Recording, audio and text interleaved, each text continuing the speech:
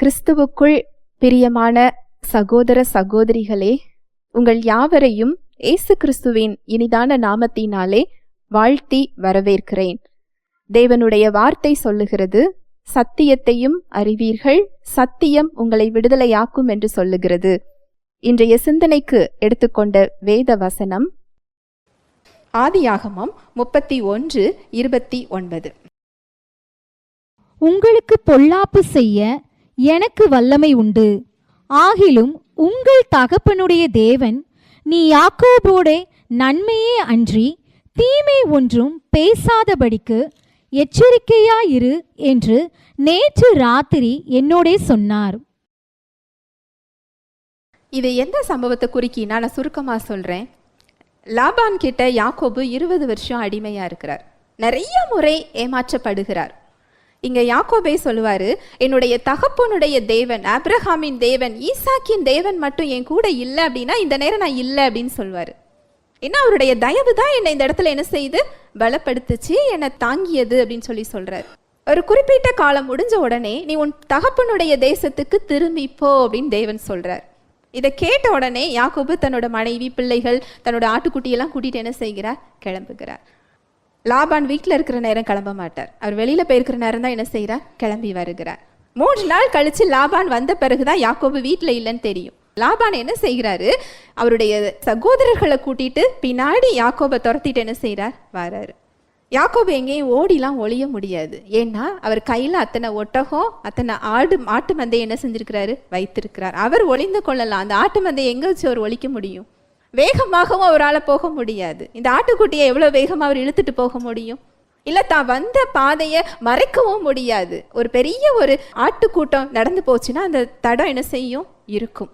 அப்போ யாக்கோபுக்கு தெரியும், நான் கிளம்பி வந்தாலும் பின்னாடியே லாபான் வர முடியும் அப்படிங்கிறது யாக்கோபுக்கு என்ன செய்யும், தெரியும். ஆனாலும் தைரியமா அங்க கிளம்பி வருகிறாருன்னா தேவனுடைய வார்த்தையை அவர் அங்க விசுவாசிக்கிறார். உன் தகப்பன் தேசத்துக்கு நீ என்ன செய்ய, திரும்பி போ. நிறைய அர்த்தங்கள் அதுல இருக்குது. மறுபடியும் அந்த வசனத்தை வாசிக்கலாம். ஆதியாகமம் 31:29. உங்களுக்கு பொல்லாப்பு செய்ய எனக்கு வல்லமை உண்டு. உங்களுக்கு பொல்லாப்பு செய்ய எனக்கு வல்லமை உண்டு. யாக்கோபுக்கு மேல ஒரு அதிகாரத்துல அங்க லாபான் இருக்கிறார். அவர் நினைச்சா யாக்கோபுக்கு என்ன செய்ய முடியும், தீங்கு செய்ய முடியும். அந்த எண்ணத்துல தான் அவர் அத்தனை பேர் என்ன செய்கிறார், கூட்டிக் கொண்டு வருகிறார். இது அங்கு தெரிந்தாலும் யாக்கோபு தேவனை விசுவாசிச்சு அந்த இடத்துக்கு என்ன செய்கிறார், போகிறார். அங்க என்ன நடக்கு பாருங்க. உங்களுக்கு பொல்லாப்பு செய்ய எனக்கு வல்லமை உண்டு, ஆகிலும் உங்கள் தகப்பனுடைய தேவன் நீ யாக்கோபோடே நன்மையே அன்றி தீமை ஒன்றும் பேசாதபடிக்கு எச்சரிக்கையாயிரு என்று நேற்று ராத்திரி என்னோடே சொன்னார். இது லாபான் யார்கிட்ட சொல்றாரு, யாக்கோபு கிட்ட சொல்றார். துரத்தி போய் யாக்கோபு என்ன செஞ்சுறாரு, போற வழியில பிடித்து கொள்ளுகிறார். பிடித்து கொண்டு அவர் சொன்ன விஷயம் அது. ஹல்லேலூயா, பிரைஸ் தி லார்ட். அங்க லாபானுடைய மனசு அங்க எப்படி மாறி இருக்கு. தேவன் யாக்கோபின் சார்பில் அங்க என்ன செய்கிறார், வழக்காடுகிறார். நீ யாக்கோபோடே என்ன பேசக்கூடாது, நன்மையை மட்டும்தான் பேசணும். நீ தீமை என்ன செய்யக்கூடாது, பேசக்கூடாது. ஏன் சொன்னா யாக்கோபுக்கு ஒரு ஆசீர்வாதம் உண்டு. உன்னை ஆசீர்வதிக்கிறவர்களை நான் ஆசீர்வதிப்பேன், உன்னை சபிக்கிறவர்களை நான் சபிப்பேன். இந்த ஆசீர்வாதத்துக்கு யாக்கோபு சொந்தக்காரர் அந்த உடன்படிக்கையின் மூலம். இங்க லாபான் யாக்கோபுக்கு தீமை செஞ்சா அந்த தீமை லாபான் என்ன செய்து கொள்ளுவார், பெற்றுக்கொள்ளுவார். ஏன்னா அது ஒரு விதி. யார் அந்த தீமையை யாக்கோபுக்கு செய்யறாங்களோ அதை செய்யறவங்களுக்கு அந்த தீமை என்ன செய்யும், போகும். அதனால தேவன் அதை எச்சரிக்கிறார். நீ அவனுக்கு என்ன செய்யக்கூடாது, தீமை செய்யக்கூடாது. அவன்கிட்ட நீ நன்மையை மட்டும்தான் நீ என்ன செய்யணும், பேச வேண்டும். அதே வழக்காடுகிற தேவன் இன்று நமக்குள்ள என்ன செஞ்சுக்கிட்டு இருக்கிறாரு, இருக்கிறார். ஹல்லேலூயா, பிரைஸ் தி லார்ட். இது போல லாபானுக்கு கீழே நீங்க இருக்கலாம். லாபான் மாதிரியான, லாபான் கஷ்டப்படுத்தினது எந்தெந்த இடத்துல யாக்கோபுவை கஷ்டப்படுத்தினாரோ அது போல நீங்க ஒரு கஷ்டத்தின் மத்தியில நீங்க நிக்கலாம். பொல்லாப்பு செய்ய அந்த பலம் உள்ளவர்களுக்கு கீழே நீங்க நிக்கலாம். ஆனா உங்களுக்காக வழக்காடுகிறதற்காக அவர் என்ன செய்கிறாரா, இருக்கிறார். ரொம்ப ஒரு அழகான வசனம். எவ்வளவு அழகா அவர் யாக்கோபுக்கும் ஒரு நன்மை செய்கிறார், லாபானுக்கும் அது ஒரு நன்மை. உன் வாழ்க்கையில நீ தீமை என்ன செஞ்சுக்கிடாத, பெற்றுக்கொள்ளாத. நீ தீமையை பெறாதபடிக்கு அவனுக்கு தீமையை நீ என்ன செய்யாதே. இதே மாதிரி சம்பவம் இன்னொரு இடத்துல உண்டு. ஆதியாகமம் 20:3-4-5-6. தேவன் இரவிலே அபிமெலேக்குக்கு சொப்பனத்திலே தோன்றி, நீ அழைப்பித்த ஸ்திரீ நிமித்தம் நீ செத்தாய், அவள் ஒருவனுடைய மனைவியாயிருக்கிறாளே என்றார். அபிமெலேக்கு அவளை சேராதிருந்தான். ஆகையால் அவன், ஆண்டவரே, நீதியுள்ள ஜனங்களை அழிப்பீரோ? இவள் தன் சகோதரி என்று அவன் என்னோடே சொல்லவில்லையா? அவன் தன் சகோதரன் என்று இவளும் சொன்னாளே. உத்தம இருதயத்தோடும் சுத்தமான கைகளோடும் இதை செய்தேன் என்று சொன்னான். அப்பொழுது தேவன், உத்தம இருதயத்தோடே நீ இதை செய்தாய் என்று நான் அறிந்திருக்கிறேன். நீ எனக்கு விரோதமாக பாவம் செய்யாதபடிக்கு உன்னை தடுத்தேன். ஆகையால் நீ அவளை தொட நான் உனக்கு இடம் கொடுக்கவில்லை. இது என்ன சம்பவம்னு உங்களுக்கு சொல்றேன். ஆபிரகாம் ஒரு தேவ பக்தி இல்லாத ஒரு இடத்துக்கு போகிறார்.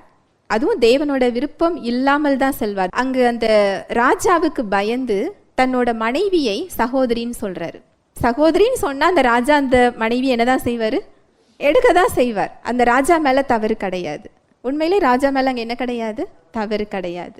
ஆனா அங்க தேவன் என்ன செய்கிறார் பாருங்க. அந்த 3வது வசனத்துல பாருங்க. தேவன் இரவிலே அபிமெலேக்குக்கு சொப்பனத்திலே தோன்றி, நீ அழைப்பித்த ஸ்திரீயின் நிமித்தம் நீ செத்தாய், அவள் ஒருவனுடைய மனைவியாய் இருக்கிறாள். அங்க ஆபிரகாம் பயந்து போய் சகோதரின்னு சொல்றாரு. சாராள் அதுக்கு ஒத்துக்கொள்றாங்க. ஆனா அவங்க சார்பில் அங்க யாரு செயல்பட்டுக்கிட்டு இருக்கிறா?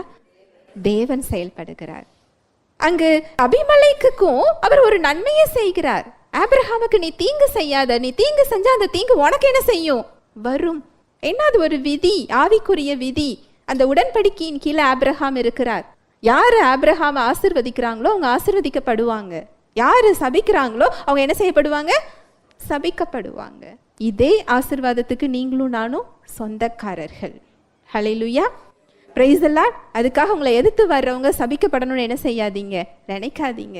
அவங்களுக்காகவும் இயேசு கிறிஸ்து ரத்தம் சிந்தி இருக்கிறாரே, அவர்களும் தேவனுடைய பிள்ளைகளாய் இருக்கிறார்களே. அந்த இடத்துல பரிசுத்த ஆவியானவர் செயல்பட நம்ம என்ன செய்யணும்? இடம் கொடுக்கணும். அதுதான் அங்கே அபிமெலேக்கு சொல்கிறார். என்ன சொல்றாரு? அவர் மனைவின்னு சொல்லவே இல்லையே, சகோதரின்னு தானே சொல்றார். ஒரு நீதி உள்ளவனை நீங்க அழிப்பீங்களா அப்படின்னு கேட்கிறார். அதனாலதான் அந்த தவறை நீ செய்யாத, அழிந்து போயிடாத, நான் உன்னை எச்சரிக்கிறேன் அப்படின்னு சொல்றாரு. ஹல்லேலூயா, பிரைஸ் தி லார்ட். அவர் ஆபிரகாமுக்கும் நீதி செய்கிறார், அபிமெலேக்குக்கும் என்ன செய்கிறார்? நீதி செய்கிறார். அதனாலதான் அவரோட பெயரு நீதியுள்ள தேவன். அவர் எல்லோருக்கும் நீதி செய்கிற தேவன். அவங்களால செயல்பட முடியாத ஒரு இடத்துல ஆபிரகாமும் சாராலும் இருக்கிறாங்க. அவங்க சார்பில் அவர் அங்க என்ன செய்யறாரா? வழக்காடுகிறார். அவங்களுடைய வழக்கு அங்க முடித்து வைக்கிறார். பிரச்சனையை அங்க சரி செய்கிறார். நீங்க பரிசுத்த ஆவியானவரோட குரலை கேட்க கற்றுக்கொண்டால் உங்க சார்பில் அவர் செயல்படுறதை உங்களால பார்க்க முடியும். எந்த இடத்துல உங்களுக்கு உங்க சார்பில் செயல்பட வேண்டுமோ, எந்த இடத்துல அவர் வழக்காட வேண்டுமோ, உங்க பலத்துல நீங்க இவ்வளவு நாள் நீங்க போராடி இருக்கலாம். உங்க பலத்துல நீங்க உங்க நியாயத்தை சொல்லியிருக்கலாம், உங்க உரிமைகளை சொல்லியிருக்கலாம், இது இப்படிதானேன்னு கேட்டிருக்கலாம், உங்க தரப்புல நீதி நியாயங்கள் இருக்கலாம். ஆனா நம்ம பலத்துல ஒரு குறிப்பிட்ட அளவு தான் என்ன செய்ய முடியும்? பெற முடியும்.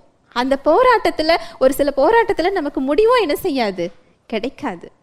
ஆனா எந்த யுத்தத்தை நீங்க கர்த்தர் கையில கொடுத்துட்டு அவருடைய ஆலோசனையை நீங்க பெற்றுக்கொள்ளும் போது, அவருடைய ஆலோசனையின்படி நீங்க நடக்கும் போது, அவரோட குரலை நீங்க கேட்க கற்றுக்கொள்ளும் போது, அவர் உங்க சார்பில் வழக்காடுறதை உங்களால என்ன செய்ய முடியும்? பார்க்க முடியும். நம்ம பார்த்த 2 மனுஷனுமே அபிமெலேக்குவா இருக்கலாம், லாபானா இருக்கலாம். 2 பேருமே தேவனை அறியாதவர்கள். தேவனை அறியாதவர்கள். தேவனை அறியாதவர்களிடத்தில் தேவன் அங்கு வழக்காடி அவருடைய பிள்ளைகளுக்கு அங்க என்ன செய்து கொடுக்கிறார்? வழியை உண்டு பண்ணி கொடுக்கிறார். அவங்க சார்பில் செயல்பட்டு கொண்டிருக்கிறார். ஹல்லேலூயா, பிரைஸ் தி லார்ட். ஒரு சாட்சி ஒன்று சொல்றேன், ரொம்ப நல்லா இருந்தது. ஒரு சகோதரி அவங்க உடல்நிலை சரியில்லைன்னு சொல்லி வந்தாங்க. சத்தியத்தில் ஒரு பெரிய விடுதலையை அவங்க பார்த்தாங்க. அவங்க முதுகில் ஒரு விரலை அவங்க உள்ள விடலாம், அந்த அளவு சதை உள்ள போகும் அவங்களுக்கு. அவங்களால நேராக உட்கார முடியாது, நடக்க முடியாம தான் வந்தாங்க. சத்தியத்தில் ஒரு பெரிய விடுதலை. உடனே அவங்களுக்கு ரொம்ப அழகா அந்த இடம் சரியாயிட்டு, அந்த எலும்பே அவங்களுக்கு என்ன செஞ்சிட்டு? நேராயிட்டு. அதுக்கப்புறம் அவங்க பிரச்சனைகளை சொல்ல ஆரம்பிச்சாங்க. அவங்களுடைய மகள் 6 வருடம் ஆகி இவங்களால அவங்க மகளை போய் என்ன செய்ய முடியாது, பார்க்க முடியாது. பேர பிள்ளைங்களை அவங்களால பார்க்க முடியாது. மருமகன் அதை பார்க்கக்கூடாதுன்னு என்ன செஞ்சிருக்கிறாரு, சொல்லி இருக்கிறார். ரொம்ப வருத்தத்தோடு அவங்க சொன்னாங்க, அவங்களுக்கு நாங்கள் சத்தியத்தை கொடுத்தோம், உங்களோட போர் மனுஷனோடும் இரத்தத்தோடும் கிடையாது, உங்க போர் ஆவிக்குரிய போர். தேவ அன்பை கொண்டு நீங்க உங்க மருமகன் அந்த இடத்துல என்ன செய்யணும், மன்னிக்கணும், நேசிக்கணும். 1 வருஷம் 2 வருஷம் இல்லை, 6 வருஷம் ஒரு பொண்ணை பார்க்காம இருக்கிறதுங்கிறது ஒரு பெரிய ஒரு விஷயம் இல்லையா? இதை அவங்க கேட்க கேட்க கேட்க அந்த சமாதானத்துக்குள்ள அவங்க வந்தாங்க. அவங்க நேற்று சொன்ன சாட்சி என்ன சொன்னாங்க அப்படின்னா, அந்த சமாதானத்துக்குள்ள வரும்போது அவங்க மருமகனை அவங்க மன்னிக்கும் போது அந்த விசுவாசம் அதெல்லாம் வளர வளர சமீபத்தில் அவங்க பொண்ணுகிட்ட ஃபோன் பண்ணி கேட்டாங்களாம், வீட்டில் வந்து நான் பேர பிள்ளைங்களை பார்க்கட்டுமா, நீ மருமகன்கிட்ட கேட்டு சொல்றியா அப்படின்னு கேட்டாங்களாம். சரி அப்படின்னு சொல்லி அவங்க பொண்ணு பேசிட்டு வர சொல்லியிருக்கிறாங்க. ஆனால் மருமகன்கிட்ட நீங்கள் பேசக்கூடாதான், அவர் உங்ககிட்ட என்ன செய்ய மாட்டாரா, பேச மாட்டாரா, நீங்கள் பார்த்துட்டு என்ன செய்யணுமா, போகணுமா. இவங்களும் சரின்னு சொல்லிட்டு போயிட்டாங்க. போய் அங்கே பார்த்து முடிச்சதுக்கப்புறம் கிளம்பி வர்றதுக்கு ஆட்டோ வேணும், ஆட்டோ இல்லை. ஆனால் அங்கே நடந்தது என்னன்னா, மருமகனே அவரோட பைக்கில் வீட்டில் கொண்டு போய் விட்டாராம். விடும்போது அவர் சொன்னது என்ன அப்படின்னா, உங்கள்கிட்ட பேசக்கூடாதுன்னெலாம் நான் நினைக்கல, ஒரு 6 மாதம் கழித்து பேசணும்னு நினச்சிருந்தேன், நீங்கள் என்ன செஞ்சிட்டீங்க, வந்துட்டீங்க. இதில் நான் என்ன சொல்ல விரும்புகிறேன் அப்படின்னு சொன்னால், இந்த வழக்காடுபவர் இவங்க அவருடைய குரலை கேட்க கேட்க அவருடைய அன்பை புரிந்து கொள்ளும் போது அவருடைய ஆலோசனை தேவ அன்புல நடக்கிறதுங்கிறது அவருடைய வழி. அது அந்த வழியில நீங்க போகும்போது தான் அவர் அதில் செயல்படவும் முடியும். அவங்க அதுல போக போக அங்க வழக்காடினது யாரு, பரிசுத்த ஆவியானவர். அந்த மருமகனுடைய உள்ளத்தை மாற்றியது யாரு, பரிசுத்த ஆவியானவர். இது யாரு ரெக்கமெண்டேஷன்ல போனாலும் அது என்ன செஞ்சிருக்காது, நடந்திருக்காது. ஹல்லேலூயா, பிரைஸ் தி லார்ட். பரிசுத்த ஆவியானவர் தாமே தேவ வார்த்தையோடு கூட உங்கள் யாவரோடும் இடைப்பட்டார் என்பதை விசுவாசிக்கிறேன். தேவ வார்த்தையில் சொல்லப்பட்ட சத்தியத்தின்படி சிந்திக்க, செயல்பட இன்று நாம் தீர்மானம் எடுப்போம். தேவனுடைய கிருபையும் சமாதானமும் உங்கள் அனைவரோடும் கூட என்றைக்கும் இருப்பதாக. ஆமேன்.